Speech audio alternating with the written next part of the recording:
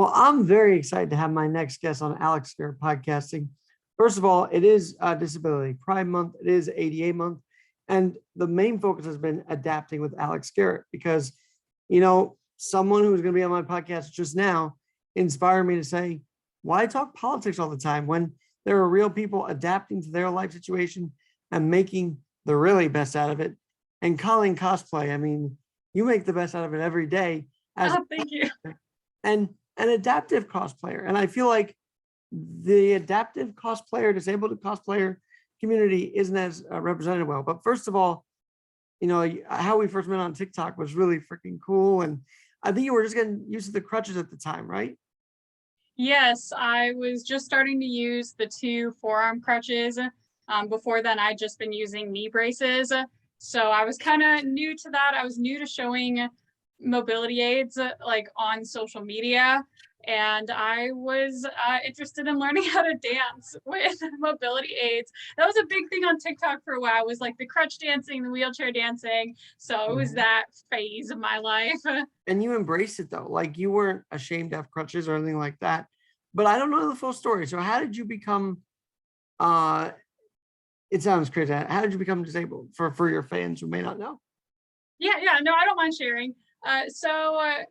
Like I was able-bodied most of my life.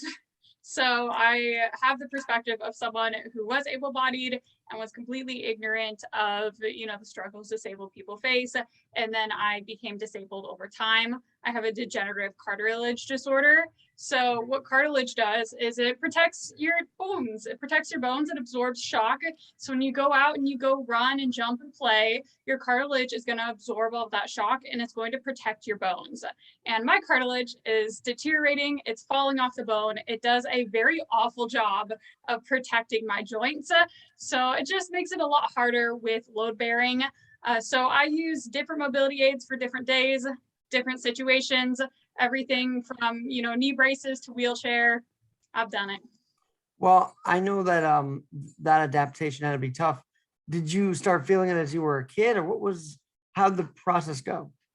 Yeah, so I was really athletic in high school. I love doing sports. I did cross country and track. I ran year round. I did horse riding, and later on I did martial arts.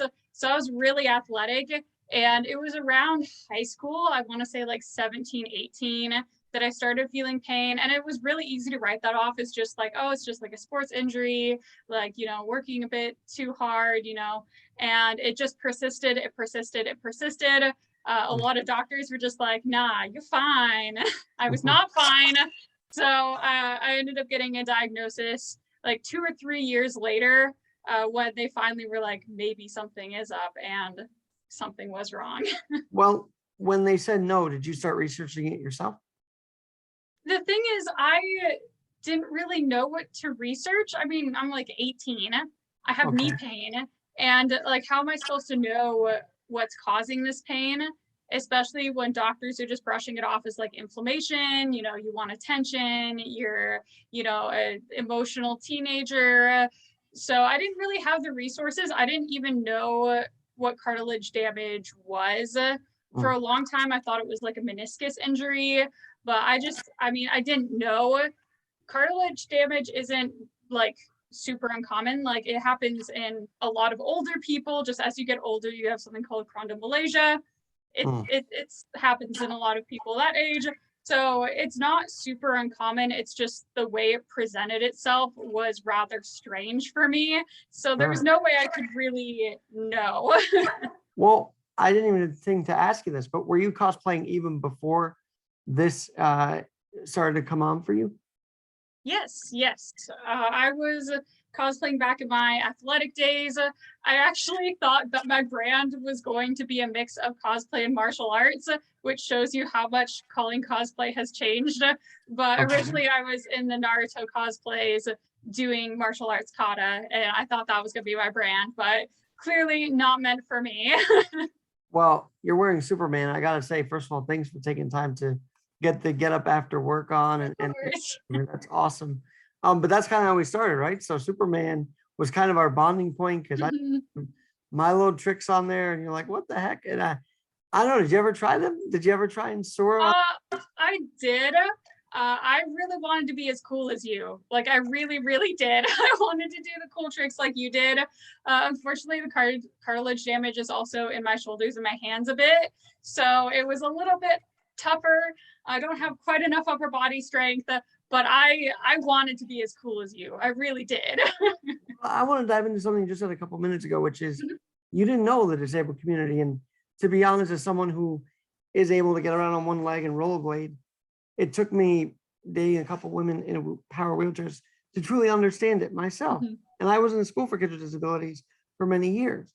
But for you, I feel like once you started to realize the rights of people with disabilities wasn't all it's cracked up to be, you started to make that part of your platform, didn't you? Yeah. So it was hard, as it is with, I think, everyone who develops a disability in life. There's a lot of internalized ableism. You kind of grow up thinking that it could never happen to you. I mean, no one ever thinks this is going to happen to them. Even as it was happening, I mean, I think everyone just kind of thought it was a temporary thing. Like, I never imagined it would get here at the time. So it did take a lot of processing. I went through a lot. But, you know, I finally found the confidence to be who I am, because, like, it's cosplay. We're dressing up as fictional characters. Let me play. Let me cosplay with my mobility aids. And I was really big into the competition scene. Before I was using mobility aids, I did cosplay contests. I won awards. I was just really big into that. And I noticed that after I started using mobility aids, people treated me different. Like, you know, not everyone, but some people tell us about that. That sounds so, because I was going to say, you're on crutches at Comic-Con, you're in a wheelchair at Comic-Con. Did you start getting looks? Is that what you're kind of referring to? Or I mean, looks, comments. I even got it with a knee brace. I found that Supergirl really brings out those sorts of comments, and it's not a lot. I get way more positive than negative, but the negative comments I did get was just kind of like, why are you cosplaying such a strong character with a disability? It doesn't seem to fit. Like, you know, they make, I'm sure you've also heard jokes that just did not land right. Like, oh my gosh, you got hit by kryptonite. And I'm like, ha ha ha, that's not funny at all. It's actually kind of ableist. That's kind of messed up. I would say a stronger word, but that is kind of yeah. So I got comments like that. And you know, as I started using the crutches and the wheelchair, I also just realized how inaccessible these spaces were. And it was something I had never thought of back when I was competing without mobility aids. Like, it just never occurred to me that disabled people couldn't get onto the stage. They couldn't access meetups. There were all these things disabled people just weren't even given the option to participate in. And I didn't notice until I was there. And I just got to thinking, I bet no one else notices too. Like, I bet I wasn't the only one who didn't notice this. So maybe if I tell people about it, then they'll know, and they can make event spaces more accessible. They can kind of help out disabled cosplayers a bit. And it would make able-bodied cosplayers more aware of the situations. Because I don't know, I seem like there's a part of me that believes that community is very tolerant, and there's a part of me that just, like, because they revolve their whole life around it. You know, you've got a lot of things going on, not just cosplaying, but there are some who just dedicate their life to it, and they may understand it. You know what I mean? Yeah. So you start developing on TikTok, and I got to ask you why you left, because everybody misses you on there. Yeah, TikTok was it was kind of a cesspool of ableism, at least when I was on there. And at that time, like, I was still getting a bit more comfortable with my mobility aids. I was still kind of getting used to them, getting, you know, I'm much more comfortable now than I was then. And at that time, I also just wasn't used to getting hate comments. I had been running my YouTube channel for years. I've been running my Instagram for years, and I just didn't really get mean comments, which like, I think is a blessing. But then I go on TikTok, and my TikTok just gets so many followers so fast. It's kind of like this rapid growth, and I start getting a lot of ableist comments, and I just didn't have the mental capacity to deal with them. It was mostly just people coming into every single video and asking what was wrong with me. And I was just like, I do not have the emotional capacity to explain my disability kindly, like twice every 24 hours. I do not have the capacity for this. And so I just left, and I decided to focus on YouTube and Instagram. Those platforms have always been much more kinder to me. Well, I know you also have like a full-time job, so tell us about that. Oh yeah, I'm a mechanical engineer. So I have a 4-year degree in engineering and I work in engineering, and Colleen Cosplay all happens. Outside of that, I will admit it is very difficult to juggle Which a is male YouTube channel dominated. So and job. how Huh? do they, obviously your field accepts you, but I know it's a male dominated field. So was that tough to get into originally, or how has it been that journey? Oh boy, yes, yes. It's very inaccessible, I would say. A lot of jobs for mechanical engineering are at like factories or processing plants, and none of those are accessible. A lot of them were built before the ADA was put into place. They don't have good accessibility. I was really lucky to be in the job I am now, where I can work from home and I just work on the computer, but it is very difficult to find those jobs. I have been You do job the hunting. architecture, like the creation type, right? You write up all the prototypes, or you kind of draw the blueprints or whatnot, don't you? Yeah, I like draw the blueprints, the engineering drawings that they use to go build stuff, but I'm not physically building stuff. I will say it's very hard. If you're ever looking at job listings and you scroll to the bottom, there will usually be a little blurb that says something called physical requirements. And it will say usually you have to be able to like walk, crouch, or whatever, be able to lift 50 pounds. And I've noticed that a lot of jobs just copy paste this. So if you want to apply anywhere at Amazon in any capacity, they will copy and paste this onto every one of their listings. So there's just so many listings that I just physically would not be qualified for. So I'm just really lucky I have the job I have now. It's a very difficult field to get into. You're a master's degree, aren't you? I think you got your master's. I thought I read I that. have my bachelor's. Bachelor's, but nonetheless, you've achieved so much, yet people sometimes just look at the chair online, right? So how is it that you're able to just like redirect the conversation, I guess, if you will? As far as work goes, I learned my rights. I've gotten burned in the past. I can't talk about that for legal reasons, but like I have learned the ADA, I've learned what my rights are, and I have had conversations with my employers, CEOs about what my rights are, and I've been able to point out in the ADA, this is the law. I know the law. Don't mess with me. With the hands on the hips wearing Supergirl. I love that. Taking up cosplay also help you, I don't know, pick up that identity that you just feel that way no matter what, but that enhances the identity, if you will. I love cosplay. I mean, it's been a good kind of escapism. It's been good to find characters I identify with. It's really what got me through the time when I was kind of realizing my disability was going to be a long-term thing. Sewing was great for me. I felt like that was very therapeutic. And I love Supergirl. I love cosplaying really strong characters. And even when I did get the comments that were kind of like, really cosplaying a strong character with a disability, it kind of pushed me to cosplay her more. And I now have like 6 Supergirl cosplays. Now, if any guys are watching this, I'm sure there will be, you're also married. So talk about that aspect of life, because, you know, again, it's one of those things like, oh, disabled people can marry. Yeah, we can freaking marry. You know what I mean? Yeah, I mean, we're just people.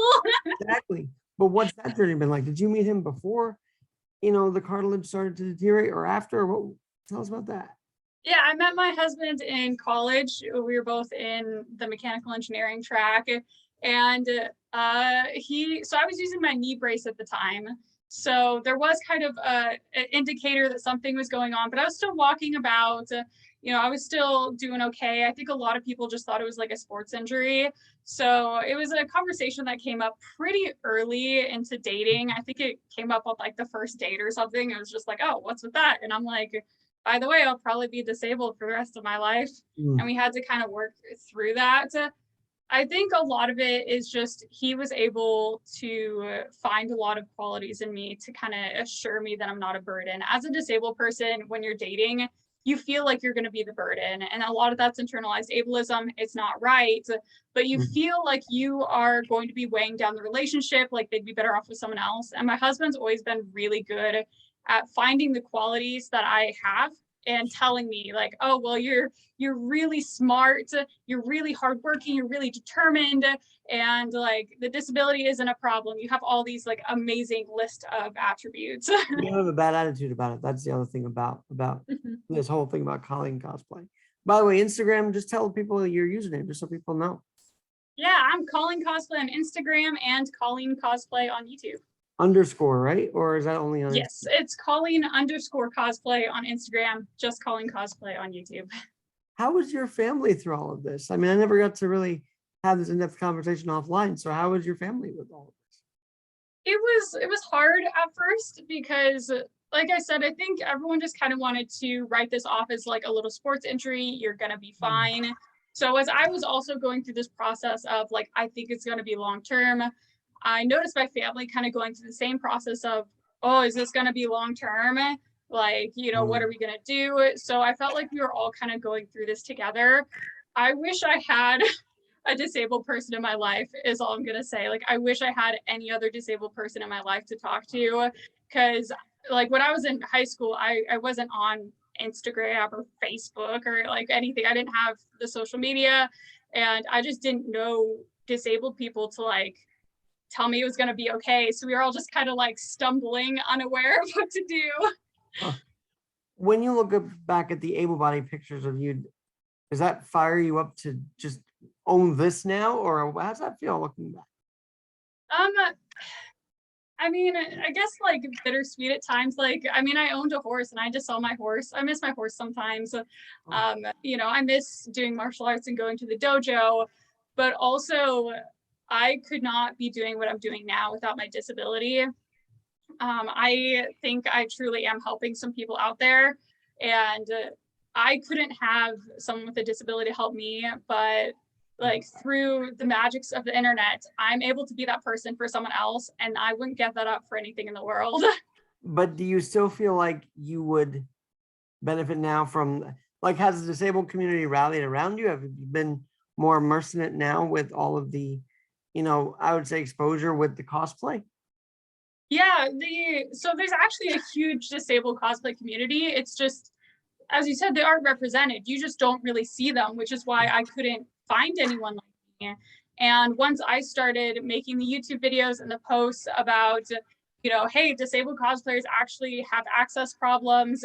We like, there are things we need to fix. There were a lot of people, both disabled and able-bodied, who kind of rallied around that and were like, we didn't know, but now that we know, we want to do something. Like, we really want to make cosplay for everyone, and now that you've told us, we want to like take action on this. I'm so glad we're talking, because you know the 88 turns 32 on Tuesday, which is very exciting. And as someone, as I mentioned, who's been around, I mean, how's flying? Because when the time it flew, we landed and her chair was all mangled up. So does that ever happen? Has that ever been an issue? I have the worst anxiety about flying with my chair, so I have not stepped foot on a plane since I've started using mobility aids. I would really love to go to a con on the East Coast, or like maybe go down to a big con in California. Because I know that you're in Cali, right? So are you going down to San Diego for that one? Oh, I'm up in the Pacific Northwest, so I'm a bit further. So I've really wanted to, you know, go to these bigger cons, go to different places, because right now I'm kind of stuck to cons I can drive to, and that's pretty much just, it's usually Seattle and Portland area cons, which are great, like they're fine. It's just I'd like to see more, and I've had to explain to everyone who's asked me to come to these out-of-state cons that, like, I think airlines break 26 mobility aids a day or something ridiculous. Wow.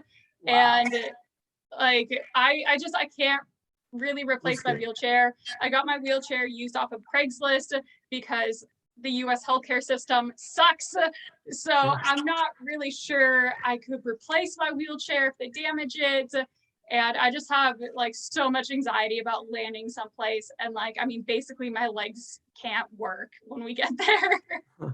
What about kids with disabilities? Do you ever find that they're reaching out, or parents of kids with disabilities are reaching out? Hey, can you talk to my son, my daughter? Like, is there an impact on the youth? Yeah, I mean, I don't talk a whole lot to kids because I mostly communicate through like Instagram. But I do have a lot of people who reach out to me and they're like, hey, I'm new to mobility aids. What can you recommend? Or, you know, I'm new to cosplay and I'm trying to like build up some confidence. I need some tips. So I do a lot of that. It's actually part of why like I keep going. YouTube is soul crushing at times. And what has kept me going on YouTube is just the people reaching out and saying, you know, I have a disability. I didn't think I could cosplay because I never saw that in the community, but now I'm going to give it a try because I saw your content. I think that's cool. I've often wondered, so you post these things every few days. So how long does the shooting process take of every video that you do? Oh boy. The production of each YouTube video is at least 10 hours now, I'd say, because I have to sew the whole costume. So this whole costume was a single YouTube video. I had to sew the whole thing, and then I had to record the process and then voiceover and edit, and it's at least 10 hours per video. Wow. Oh, you do voiceovers for your own video. That's awesome. So Sometimes, yeah. do you have much help? I feel like it's a one-woman show back with you. My husband does a lot of help behind the scenes. He does some of the soundtracks that you'll hear in my video. He plays guitar. He's also my cosplay photographer. So he takes all the pictures for the thumbnails, which is really helpful. He also is just, emotional support. If I get a mean comment, like, man, that hater's got to know that I'm going to tell my husband about it and we're going to be judging you. I've seen something like that. It's going to be a very personal question, but with everything coming on set, and is it progressive or is it kind of right where it is right now? Do you think what does the future hold? Firstly, and secondly, are kids in the picture at all? So for the future, I mean, it's definitely a progressive disability. It's getting worse, but doctors largely just can't help me. They don't really know. With current modern medicine, there's no way to make cartilage grow back. When it's gone, it is gone. There's some really over the top invasive things which they won't do because I am way too young for those type of surgeries. But it's just going to kind of get worse until it gets to a breaking point where modern medicine actually can intervene. Sure. Honestly, for the future, I just kind of see myself still doing the channel. I'm not interested in kids because who can afford kids in this economy? Am I right? Yeah. Mostly just inflation, right? Yep. But this brings up an interesting point because I know that in the upper Northwest, it rains every day. So do you feel that? Because I know that people with bone issues feel the rain and feel all that cold weather. The cold is awful. I basically don't leave my house through all of January because if it is cold at all, it feels like knives in my joints. Rain doesn't bother me, changes in pressure doesn't bother me. It's the cold. I will always be stacked up under an entire quilt if I go out in winter. Do you ever are alongside cosplay, is there any other interests, hobbies that you take up that maybe people don't know? Do you ever go to a Mariner game here and there? I don't know. Honestly, it's pretty much just cosplay. The thing is, cosplay, what I do is calling cosplay is so many hobbies. It's sewing, it's foam working, it's crafting, it's videography, it's video editing, it's graphic design, it's marketing. I do so many things and it kind of all just goes into the channel. And I will say my husband has definitely been you should do something that's not cosplay. This is kind of all consuming, but it really does take everything I have to keep this channel going. In 40 hours a week during your day job, right? So this is a whole big project you got going on. Yeah, it pretty much takes all I have to do both of those things, especially because I am ill. So I sleep a lot. I have pain flares, Are you on any, if you don't mind me asking, are you on anything to combat all of this, or have they been treating it? They just don't. Like I said, modern medicine just has nothing for this. And any sort of pain medication I get now, I'm going to have side effects. If I live to be 50, there are going to be problems eventually. When you were 18, you sounds like you kind of went at this alone. So it's just because your parents were not sure what to do. So you kind of took it upon yourself. How did that all end up sort of falling on your shoulders? Yeah, I think they just were a bit overwhelmed. I come from a very big family. I have 2 sisters and 3 brothers. So they obviously had a lot to handle. There's a lot going on and they just, I think, didn't know how to parent that, didn't know how to deal with it. And they were honestly a little concerned when I took to cosplay and YouTube so intensely, but they were pretty much just if this is what you need, this is what you need, start your YouTube channel, I guess. So they just kind of look at you now. You did go to college. Where did you go to school? I went to WSU. Very cool. And go Cougs. Remind me what that is, WCU? Washington State University. Oh, WSU. Okay, yeah, Washington State. Very cool. And did they have a good programming? What was the was it accessible up there, or did you have to kind of make amends? I mean, the thing is, throughout most of college, I was just using the knee brace. I used crutches like a handful of times. So it's hard for me to really comment on the accessibility because I never really used the elevators. I never really had to worry about like hallway sizes. I mean, I feel like it's pretty good. Okay. I haven't heard any complaints from disabled students, but I never had to go through accessibility services there. It's on Colleen Cosplay. I'm very excited that you're here because, as I said, it's been a long friendship for like 3 years now. Oh gosh, has it been that long? Well, no, actually 2, because I joined in 2020. How long were you on TikTok?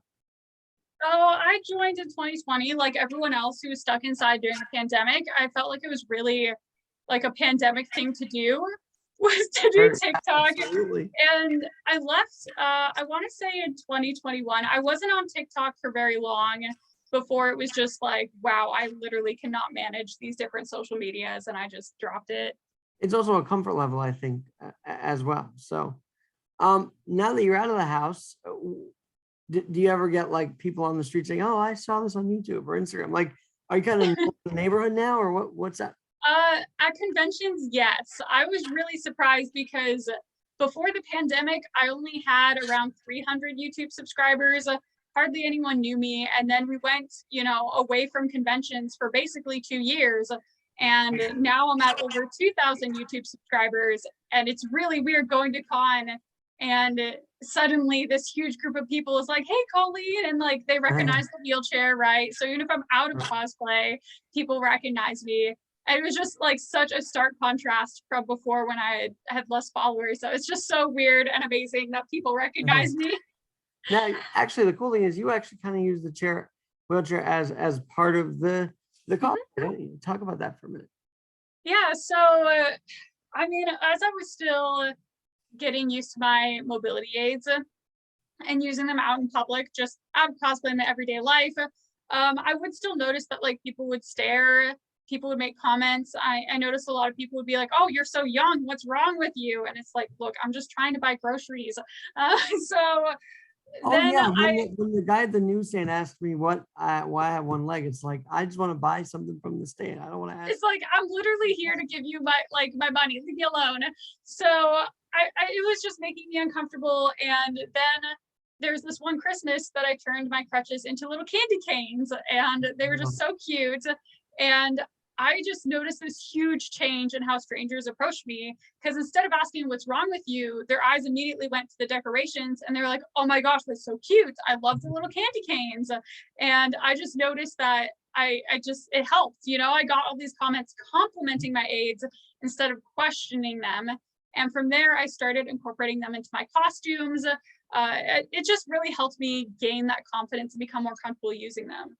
I want to know if we have another commonality that crutches break. Have you ever crutches like just snap on you? Because that's happened to me a couple times. I don't know if that's I have not yet. I am still waiting for the day that happens, because I have the pretty cheap crutches off of Amazon, and you just, when they wear out, you buy new ones or whatever. So they have not broken on me yet, but I am awaiting the day. you obviously have your community that knows you, but what about the newcomers that sort of jump into your life and start talking to you about all of this? Do you approach everybody kind of differently based on how long they've known you?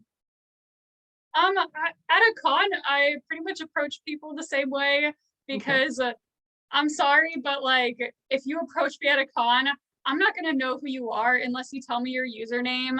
If you tell me your username, I'm like, I remember that profile picture, but my memory isn't good enough to remember. Like, I have 7,000 followers on Instagram now. I can't remember 7,000 people.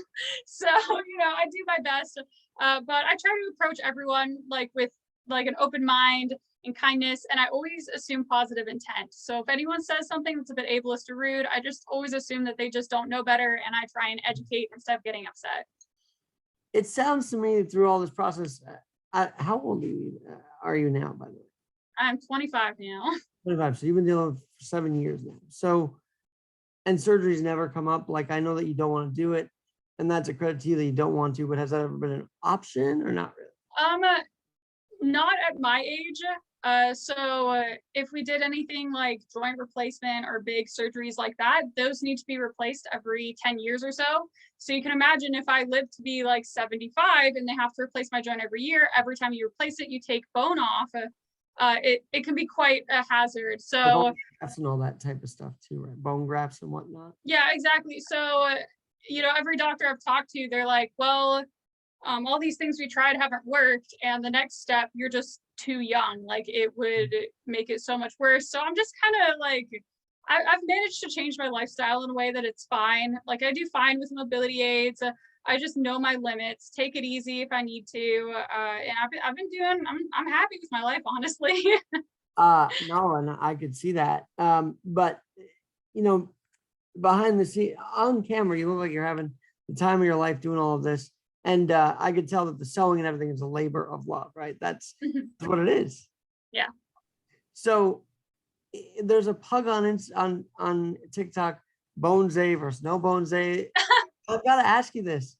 I feel like you wake up knowing that every day will be a Bone Zay, but behind the scenes, is there ever a no Bone Zay for Colleen Cosplay? I definitely have lots of pain flowers, lots of bad days. I'm pretty good at batching content. So when I feel really good, I'll record a whole lot of stuff. I'll make a lot of content. And then when I'm feeling sick, I'll kind of like push that out. So I feel like it's kind of gotten to the point that a lot of people are just like, oh my gosh, you're doing so much. You're like healthy all the time. And I'm like, no, it's just when I'm sick, I have all this old hidden content that no one's seen. And I release that. So I just like really, really good at hiding my pain flares. I don't share much of it online. Sure. But that's why interviews like this exist, to get behind the scene. And that's what kind of Yeah. why I like talking to you about all this. Other people with disabilities may not want to share their story, like you have been able to. So what do you tell them tonight on this podcast? For people who, they want to keep that more private, like good on you. Like I love to see it. Something I always say as a bit of a disclaimer is that you never have to share your private medical information with anyone. No one is entitled to it. You do not have to share it to anyone. The only reason I'm doing so is because I am personally comfortable putting that out there to kind of help educate, have other people see my story and be able to kind of relate to it. So it's a very personal thing. And this is what I'm doing. It's not for everyone. Do what's comfortable for you. No one deserves your private medical history. Now, let me ask you this. Is this suit for this only, or do you get to do you reuse costumes? I feel like you make them from scratch every time, no? I do make a lot of costumes from scratch. It's mostly because my YouTube channel is centered around building costumes. I make tutorials. Okay. You can see me sewing. So once I sew a costume, I still wear it. I've worn this one probably like, I don't know, 3 or 4 times, but I have to keep sewing for the YouTube content. YouTube is always hungry and I have to keep creating costumes for YouTube. How do you balance that out with because I feel like drawing a blueprint is about as challenging as like coming out and doing 10 hours of production. So how do you balance it? It's taken a lot of practice.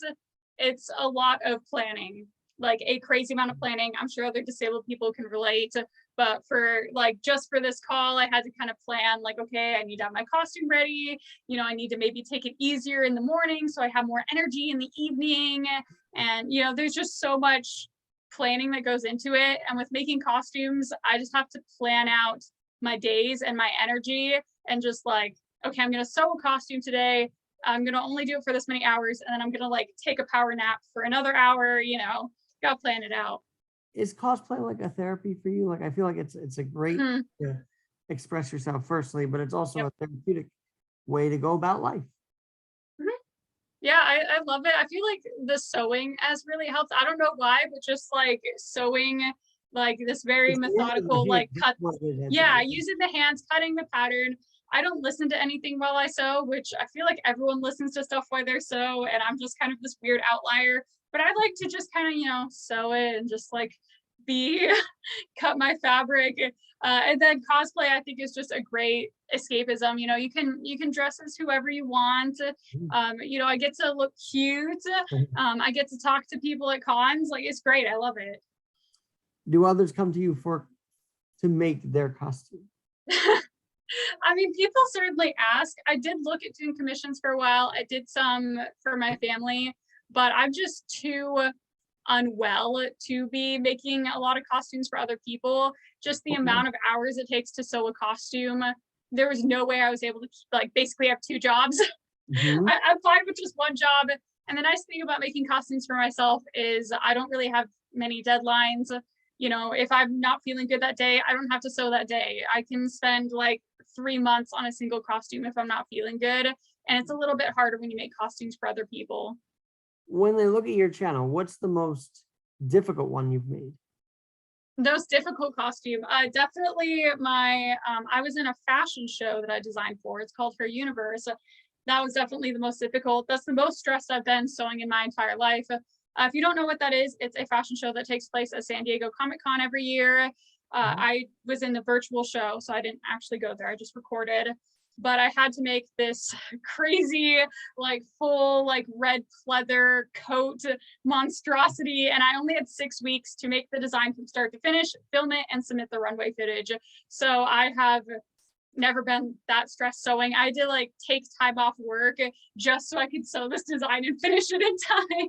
Oh, cool. When was this? Like a few years ago, you say, or? It was last year, actually, pretty much exactly a year ago, because San Diego Comic Con's this weekend, I right? think so. Yeah, yeah, yeah. Yeah, so exactly like 1 year ago, I made that design. Who's your favorite comic book hero? I feel like since we're talking about all this, who's your favorite of them all?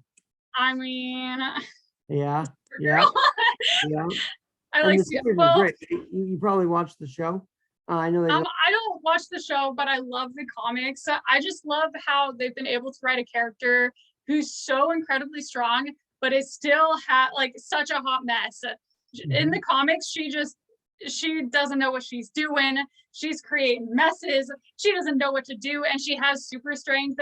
And I just love how you can take a character that's this strong and make her relatable, because I know they do that a bit with Superman too, but I feel like it was a little bit harder to see the human struggles in Superman. But Supergirl, she is full on hot mess at times.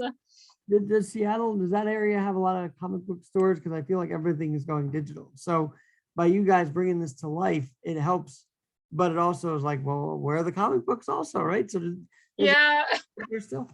um, there are a few comic book stores. There's one at Pike's Place Market that I really like. Okay. But honestly, I feel like comics are dying out a little bit. It's definitely being replaced by like movies. I feel like everyone knows the Avengers movie. No one really reads Avengers comics, and like anime and manga is Are also they kind of coming different? on the scene. I've never investigated this. Are all these movies totally different than the comics? Or are they on par with it? What do you think? So as far as DC Comics goes, I'm not super into the Marvel comics as much, so I can't comment there. But as far as DC Comics go, the animated universe is pretty much accurate. I find it's pretty much 1-to-1 to the comics. The live action universe is not at all I don't remember Superman accurate. firing bullets out of his eye or something like that. I don't know. They did something. Yeah, I can't even watch a lot of the live action DC because I know what the comics are, and I know all these side characters, all these little throwaway side characters that they put in one episode. I'm like, I read like 5 graphic novels about this character. They're not just a throwaway character to me. Do you ever look at the fan fiction also? I feel like that's a big part of the community too. I haven't really been Gosh, into. right? Do you write anything? Like, No, I don't write. I do enjoy the fan arts. I love looking at fan arts. I love buying fan art at conventions too. I haven't been super deep into the fan fiction side just because there's so many actual DC comics I have not read yet that I feel like I kind of need to get through more of those. you also draw? I feel like this has to be the way your costumes are. You draw it out first, right? I mean, that's probably. Yeah, I do a little bit of drawing. I'm not very good, but I have to be able to draw well enough that for fashion design and stuff, people know what I'm gonna make before I make it. I have to be able to draw diagrams and references. So it's not very good, but it will get the point across. Is ever frustration. Your mind is 100%. But as you say, the physical is not easy at times. So your mind is like, I want to get this done. And then when you start writing, is there any pain that kicks in, or is that one of the most pain relieving moments when you can draw out your own costume? I mean, it's always been a struggle because if possible, I would like to just be doing cosplay all the time. Okay. And physically, I cannot. I used to be able to sew for 8 hours straight, like literally on a Saturday.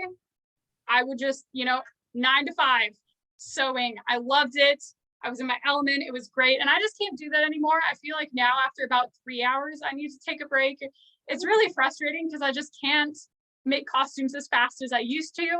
So I can't, upload to YouTube as much as I used to. I can't have as many new costumes to debut. I can't sew that fast anymore.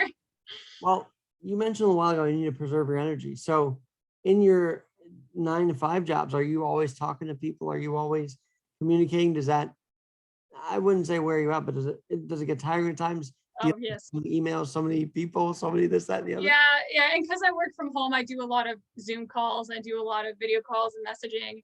It's really tiring.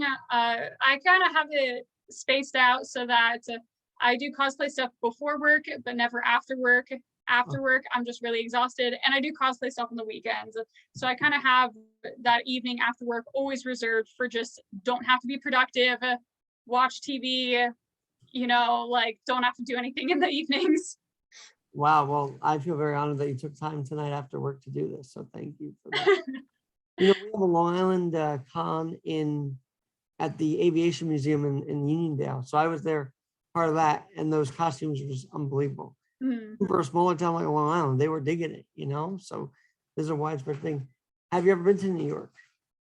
Nope, because I regret that I didn't travel more before I was using the wheelchair, and now I have this horrible anxiety over traveling with my chair. So unfortunately I haven't, but one day I'd like to just feel comfortable enough. I know they've been making some headway on like a amendment to the Airline Carriers Act or something, to where you can put your chairs on the cabin. It's very cool. They did the Passenger Bill of Rights airline, which to me is kind of funny because it's like, shouldn't these airlines be abiding by ADA law anyway? Like, now we need another thing that says you have to do this. Well, why aren't they doing it in the first place, right? So he just came out with that, and it's one of those things that, and you might think the same way. I feel like the political side panders during July, and then they forget about it after that. I don't know if you ever sensed that, but it just feels like that in my view. Yeah, definitely. So I don't know. I'm kind of hoping that we make headway there. And once I stop seeing people posting on Instagram about their wheelchair getting utterly wrecked, then I will be able to, fly to New York if I want. But would we ever see a cosplay on the Needle in Seattle? Have you ever done that? Not really. I mostly just wear the cosplay to cons. I wouldn't be against it. I think it'd be really cool. I definitely have cosplayed in public. It's just if a con is happening, I only have so much energy to devote to being in cosplay. It is kind of exhausting to be in cosplay for so many hours. So I usually devote like every single second to being at the con and doing con things, but I wouldn't be against it. I think that's a cool idea. Do you find yourself sort of the only one with a disability cosplay, or is there a big deal at these cons, a contingent of those with disabilities, if you will? So in the cosplay contest and on stage, a lot of times I feel I am one of the only people with a mobility aid. I'm sure there's plenty of people with invisible disabilities there as well. I've talked to them, but as far as like with a mobility aid, I feel like I'm the only one that's really on stage. And it's kind of crazy how many people are like, just see this as like this radical thing. Like, oh my gosh, I've never seen like a wheelchair user in the contest. And I'm like, that's because I had to fight this convention to get a ramp for the last 3 months. That's why you've never seen them in this contest before. You would fight for that. Wow. Well, yeah, why not? No, it wasn't automatic. Like, yeah, you can come up on stage. They didn't want to make the. No, I've made a few posts about it, sharing like the emails I've had back and forth. A lot of conventions are like, well, you can just compete on the floor. And I'm like, everyone else is on the stage. They're like, yeah, but we don't have a ramp. You can compete on the floor. And I have to kind of explain to them, hey, it's actually ableist to treat people different because of their disabilities. I should be allowed in the same spaces as everyone else. You really should be having a ramp. And I've just kind of had to take a kind of educate some of these cons on getting a ramp. A lot of them just didn't realize it. A lot of people just never thought about it. It's crazy how many events just never consider disabled people competing, like doesn't even cross their mind. Some events have given me pushback, some haven't, but there are a lot of events that I've had to just be like, hey, I want to compete. You like need to let me compete. I know that you're, as I said, you bring awareness to everything. So I want to talk about healthcare for really 1 second. I found that Medicaid doesn't let you be part of it unless you're making under a certain amount. I mean, there are so many things that are like shortchanging us when they think it's a great thing that we get. It's like, no, you can't. You're overqualified for this if someone has a disability. But I feel like you're lucky enough with your full-time job that you get benefits, or how's the healthcare procedure been for you? I've been pretty good. Engineering pays pretty well. Even, working from home, I am in a management position. So I actually manage the whole engineering department at my job. So I get paid pretty well. I haven't had to fight a lot with it.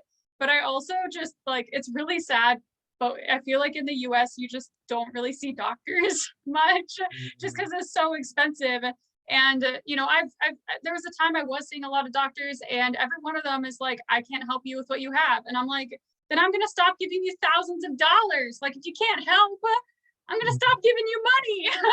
So it's sad, but I feel like a lot of disabled people just can't get the help they need anymore because they can't afford it. Like, you just can't afford to see doctors to get proper diagnosis anymore. It is kind of wild, and insurance can only cover so much, I feel like. Exactly, especially with mobility aids. I had to pay for all of mine myself. I know you're married, but this podcast is about educating people. So just quickly on the dating scene, because obviously you have what you have, but you're also, you wanted that love and, and that passion, right? So talk about dating before you met your husband. So I actually didn't really date many guys before my husband. I have very high standards when it comes to men. Very high standards, and there were definitely guys who were interested. I mean, my disability wasn't really part of the conversation then because I never dated any of them because they weren't as good as my husband. I kind of wonder how it would have been if I tried dating while using my wheelchair.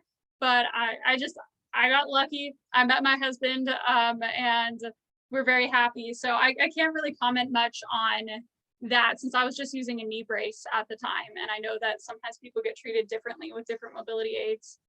Do you think your story and the way you presented yourself as this cosplayer and this person who's been doing so much with the mobility aids, do you think you're a change maker? I feel like you're a change maker in people's lives.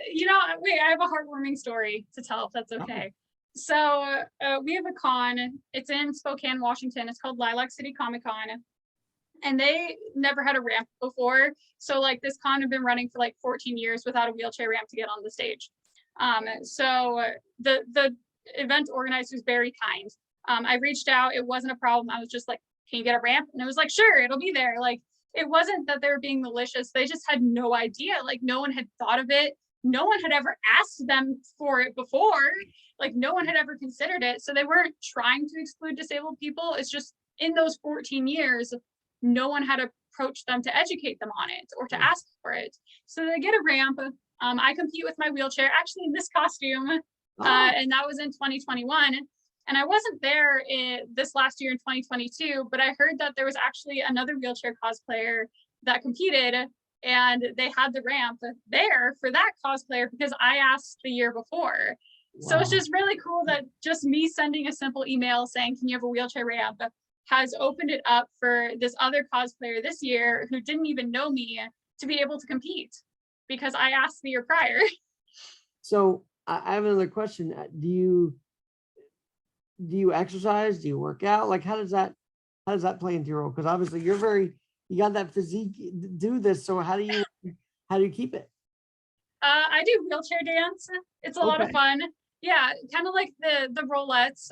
They do wheelchair dance. So yeah, I do wheelchair dance. I discovered it on TikTok. I discovered it in the TikTok days. And I kind of do that. I also go on a lot of kind of rolls through the park. I'll go with my husband. I'll push as long as I can. When I'm tired, he'll take over.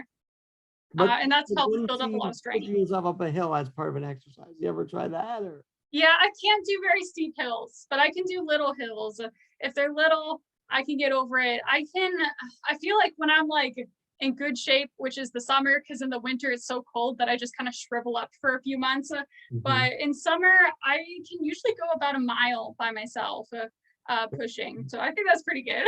That's damn good. Are you kidding? All right, Colleen Cosplay, this has been awesome. I feel like there's so much more we could get to, but let's save it for another episode. I'd love to bring you back as you know, the summer evolves and your story continues to evolve. Thank you. But what's your last message? Like, there's got to be something like a hidden gem that we haven't heard yet from. What I tell people is that like you can cosplay. If anyone tells you you can't, I will run over the toes in the kindest way possible. Don't let anyone tell you that you can't cosplay. And like if they say you can't compete in their contest, like I'll talk to them. Like let me know. You can tattle on them to Colleen, and I will tell them that they should probably have a ramp. Wow, she's got some power, people. That's why she's super girl today and every day. So Colleen, thanks again, and yes, stay super, will you? You're an awesome human being and just a great person, and I love that we've connected like this. So Yeah, thank you for having me. I'm Alex Garrett, where of course we're always adapting and bring on change makers like Colleen_cosplay on Instagram and YouTube. Have a great night. Hold on one